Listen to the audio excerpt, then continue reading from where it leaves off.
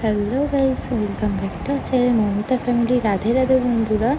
এখানে আমি চলে এসেছি আমার ছেলেকে নিয়ে ডাক্তার দেখাতে একটু কিছু সমস্যার জন্য। তো সমস্যাটা আমি বাড়িতে গিয়ে বলবো। আর এটা হচ্ছে আমার দিদির মেয়ে। এখানে আমরা ডাক্তার দেখাতে এসেছি। আমি বসে আছি এখানে, ডাক্তার এখনও আসেনি, নাম লিখিয়ে বসে আছি। আর আমার এত কষ্ট হচ্ছিল, ওকে বললাম আমার ছেলেটাকে একটু কোলে নিতে। ও অভ্যাস আছে, কেন ওরও তো ভাই আছে, আমার দিদির ছেলে আছে। ও যেহেতু নিয়ে অভ্যস্ত, আমার ছেলেকে খুব ভালোভাবেই কোলে নিয়েছে। তারপরে এখানে ভিডিও করা অ্যালাউ করছিল না, ওই জন্য আমি ভিডিওটা বেশি সময় করতে পারিনি। একটু কিসের জন্য ডাক্তার দেখাতে এসেছি পুরোটা বাড়িতে গিয়ে বলবো।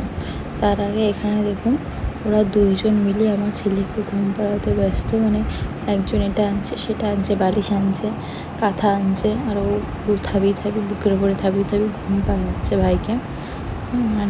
দিদিদের ভাই থাকলে যেটা হয় আর কি, সেটাই হচ্ছে। ঘুম পাড়াচ্ছে, ও কোলে নিয়ে অনেক সময় ঘুম পাড়িয়েছে, কোল থেকে নিচে শুয়ে দিয়েছে, তো একটু উঠে গেছে বলে আবার বুকের উপর চাপড়ে ঘুম পাড়াচ্ছে।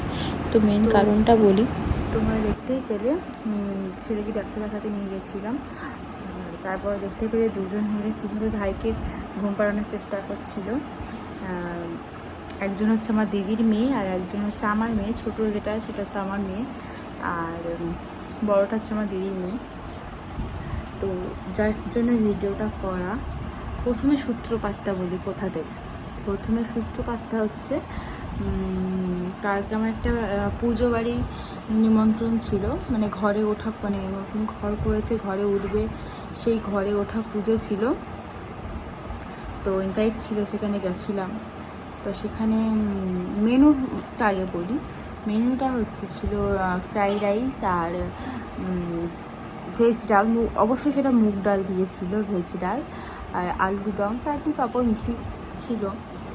তো আমি মুগ ডাল খেয়েছি, ভেজ ডাল খেয়েছি। খেয়ে বাড়ি এসেছি, এসে খুব ভালো, সারাদিন ভালো, দুপুর বিকেল সন্ধ্যে থেকে আমার ছেলেটা একটু জ্বালাতন করছে, কাঁদছে, ঘ্যান ঘ্যান করছে, একটু মুচড়ি করছে, একটু দুধ তুলছে।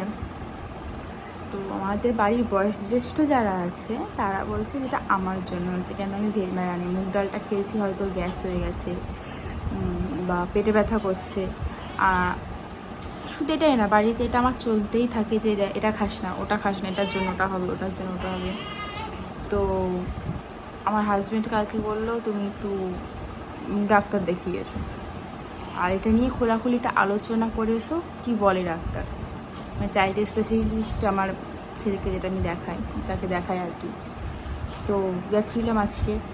যাওয়ার পরে প্রথমে যেটা বললাম যে আমার বাচ্চা এখন ভীষণ মোচড়ামুচড়ি করে, ঘুমালেও মোচড়ামুচড়ি করে, যেটা এখন ওই করছে শুয়ে, যেটা এখনও করছে, আপনারা হয়তো অল্প শুনতে পাচ্ছেন, মোচড়ামুচড়ি করছে। এবারে একটু দুধ তুলছে, বেশি হয়তো দুধ তুলছে। দুধ তোলার তখন আমি ডাক্তার বলে এটা কমন, এটা ন্যাচারাল, এটা হতেই পারে।